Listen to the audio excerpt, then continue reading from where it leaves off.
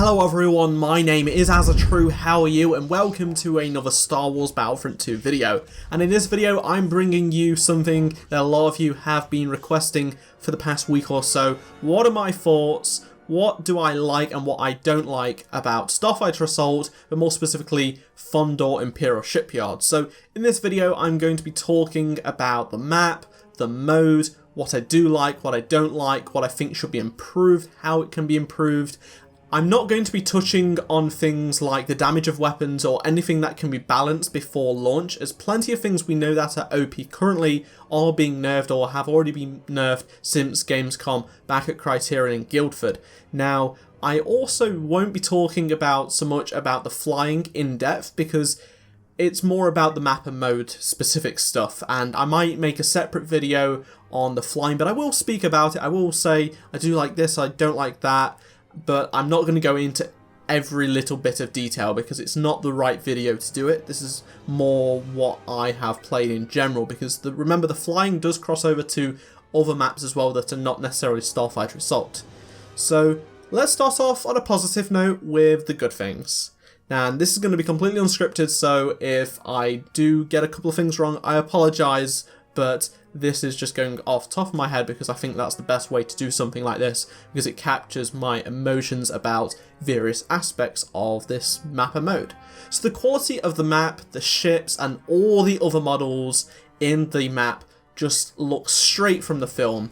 They've captured everything perfectly, from the Millennium Falcon to the TIE Fighter, the TIE Bomber, the shipyard itself, the Star Destroyer. It's even a step up from the first Battlefront, which is hard to match. I didn't think they was going to improve on it, but the fact that they've made it better when I genuinely thought they could not do that, I think it's fantastic. It feels just as authentic, if not more authentic, than the first game, so that's really reassuring, I think. The sound design as well. In games, there's three things you should be focusing on, but people get them in sort of the wrong order. A lot of people love the graphics, and yes, graphics are good, but that doesn't make a great game all the time. It's more about the gameplay, but another thing that also makes a great game, but isn't necessarily always needed, but when it's good, it's fantastic, it's the sound design. The ship sound design is incredible, and if you pair that with the music, it's unbelievable. It genuinely sounds like and looks like you are in a Star Wars film, more so than the first game. Because I've noticed there's certain audio cues that I can't really put my finger on from the top of my head, but when you're in that ship, when you're piloting it, when you hear the sound of the ship, the engines, the shots hitting the starfighter you're in, hitting the other structures around you, it is honestly a wonderful thing to hear. And the music is a mixture of the prequel trilogy, the original trilogy era, and there's also hints of the sequel trilogy soundtrack from The Force Awakens, which is fantastic. It combines all three pieces into one, and I think whoever's composed it, it's not been announced who has composed this musical score, matched with John Williams' original stuff from Star Wars films. I think they've done a fantastic job, and whoever's done the sound design as well for the shooting and the engines and everything else, it's also fantastic. I can't really say anything bad about it. It just sounded great. It's like the seismic charge. It genuinely felt like I was reliving that horrific moment Obi-Wan suffered, okay? And, you know, of course I'm not in an Attack of the Clones era map, but I recognised it straight away and I could, you know, relate to it. Now, moving on to the sound and visuals again, the cinematic for the intro and outro for both the Empire and the Rebellion are great. They feel like they're straight from a film, they look great, and they're pretty awesome. They're a nice introduction. The UI on the HUD for aiming, shooting, and hitting is quite good and much better than the first game. It's more satisfying. The hit markers just feel better. I think it's to do with the sound as well. They're a little bit more accurate, they're a bit more responsive, they feel nice, it looks nice to look at, and overall I think just the shooting is a lot better in general, and the UI overall is much better as well. Now, the lack of radar adds more skill to the game. You may have noticed there is no radar in the bottom left corner of the screen, and this means you're more focused on what's going on around you rather than looking in the radar, which is in the corner of the screen for the entirety of the game. Because if you lose track of someone, you have to just look at the radar, and it's pretty boring. It's not pretty to look at either. It's also easier to locate enemies and objectives in this game, I found. I think it's pretty nice. Maybe it's because it's easier to pick out who's an enemy and who's an enemy player and who's an AI. I think that's probably helpful a little bit. I think it's that enemy players actually stand out a little bit more than AI, so I think that's why I like it a lot more. And the new aiming mechanic where you zoom in is much better than the previous system. It's really easy to play, just like the last one, but there is more gameplay depth with a higher skill ceiling, which I'm happy about. And if you learn and practice how to play this game properly, you will be much better than almost anyone else, but it's only going to be the top percentage of players and those that put a lot of time into it. But if you're not a very good player, you can get in and get some kills. It doesn't matter. It's really, really easy to get into, which is great. The starfighters feel more real, they're a bit more floaty, I think that's how you can describe it. They don't handle more like a restricted, on-the-rails roller coaster. They actually feel more like they are a starfighter in space. You know, it's hard to describe. It's when you play it, you will feel it. You'll feel the difference. And as someone that doesn't even play it on PlayStation 4 for the standard Battlefront, I could also tell instantly what feels much better.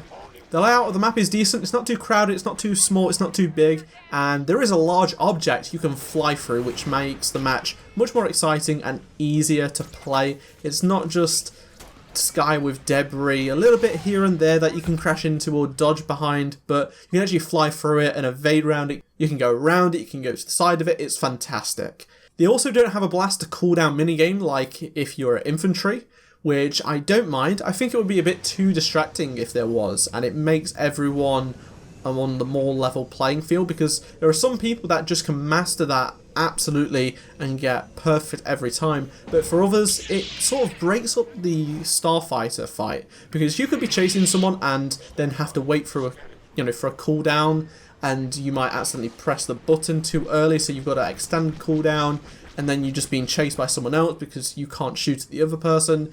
You might be like one shot away from killing them, and it's just annoying. It's just a bit frustrating, so I'm glad that has been removed. And the new targeting system, which allows you to locate an enemy without locking, is fine.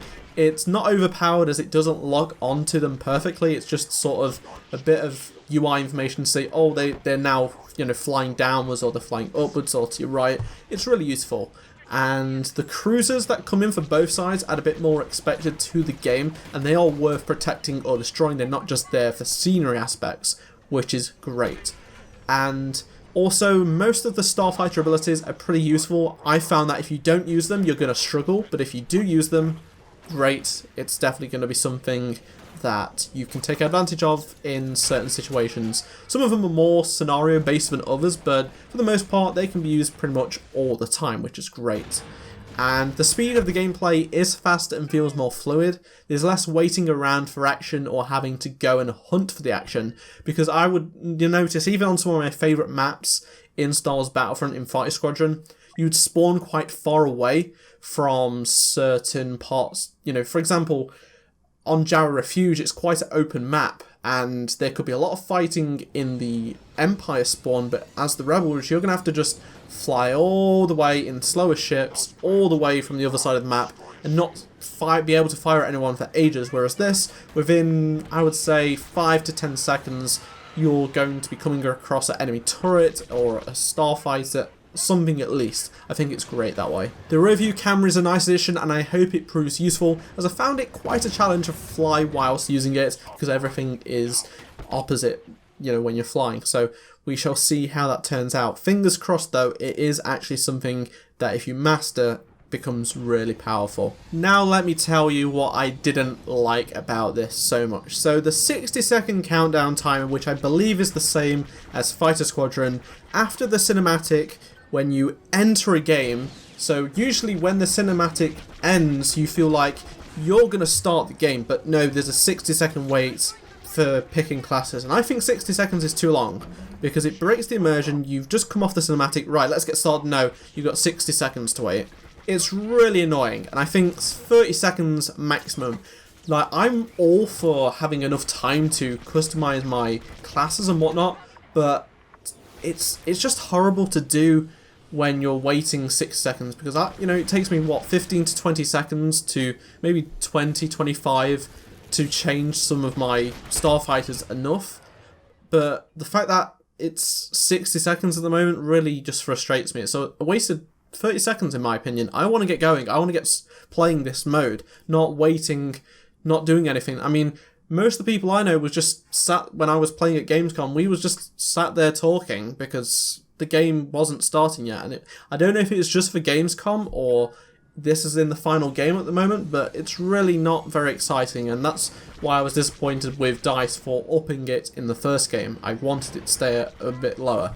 Now, it's not clear how much health and shields we have in the UI either. In the first game you had a top bar and a bottom bar. Top bar told you how much the objectives were being done by, and that's okay in this game. I personally prefer the UI in the other game, but the health was at the bottom, and you could clearly tell what was going on and the speed. In this game, you really can't. I understand it looks nice, but you know when you're focusing on trying to kill someone, those little lines on the sides of your reticle, which, by the way, colour clashes with space completely. It's pure white, and there's a bit of blue, it's very faint, and a bit of yellow, but I really don't like it. I think it needs to be made bigger, and made a bit more to the left and right, so it's a bit wider, a bit bigger, and it's easier on the eyes to see rather than being really crunched up into the middle of the screen when you've got all this other UI going on. I don't really like it. I think it's pretty pointless. I barely looked at it when I was playing. I want to know if I'm at half speed a little bit. I want to make sure I'm not. I want to know if I'm going maximum speed I can go. I also want, more importantly, want to know how much health and shields I have, because when I was being pounded by Slave 1 with the Millennium Falcon, it was only until it started flashing red I actually understood, crap, I'm nearly dead, and there was smoke coming out of the Falcon. I don't know why, but it seems like it barely goes down and then it just suddenly drops massively and flashes red. I think it was pretty inconsistent on the health side of things. Moving on to the camera, and as much as the ships feel much better, the camera is still too fixed to the screen, I think, especially at top speed. There is a lack of screen shake, because I've noticed when I was playing as the Interceptor or the Millennium Falcon or the A-Wing, I would activate that boost and the screen would barely move, but my ship would, in a straight line, shake all over the place. And it looked ridiculous because I felt like it was a bit of a glitch. Like, it's just going straight, but the ship is going all over the place and the screen is still. It's stationary. Maybe a little bit of wobble, but there's not. I understand screen shake is bad, but it looks horrible. I don't know I can't really describe it fully, but it just looks awful. I'll try and get some clips and put it on the screen like whilst I'm talking about this, to show you what I mean. It just doesn't look right, and it takes me back to the first game, and as much as I liked the first game, it was okay, this really frustrated me, and it just was like, why is everything stationary around me but the ship that's shaking massively? It's just annoying. So that was just my reaction. As for objectives specifically, I think the couplings just magically reconnect after the reactor timer ends, and this is a poor excuse for an objective to have to be redone again. I think it breaks the immersion massively, because there was one point where I'm pretty sure one of them blew up and disappeared, and then they came back. Maybe it was a glitch, because I'm pretty sure that only happens at the end of the game, but it looks so bad, and it's like you've got this thoroughly immersive game and you're coming right to the end of the match, and all of a sudden the objective that you just spent 2-3 minutes destroying suddenly can reconnect back after, what, 30 seconds? Like, what's the meaning behind that? There needs to be a better system, in my opinion. I don't know what it is, I don't have the answer to it personally, but I would like to see a better version of that implemented. Now let's talk vehicle classes, something I was really disappointed with at the moment. Of course, it's not final though.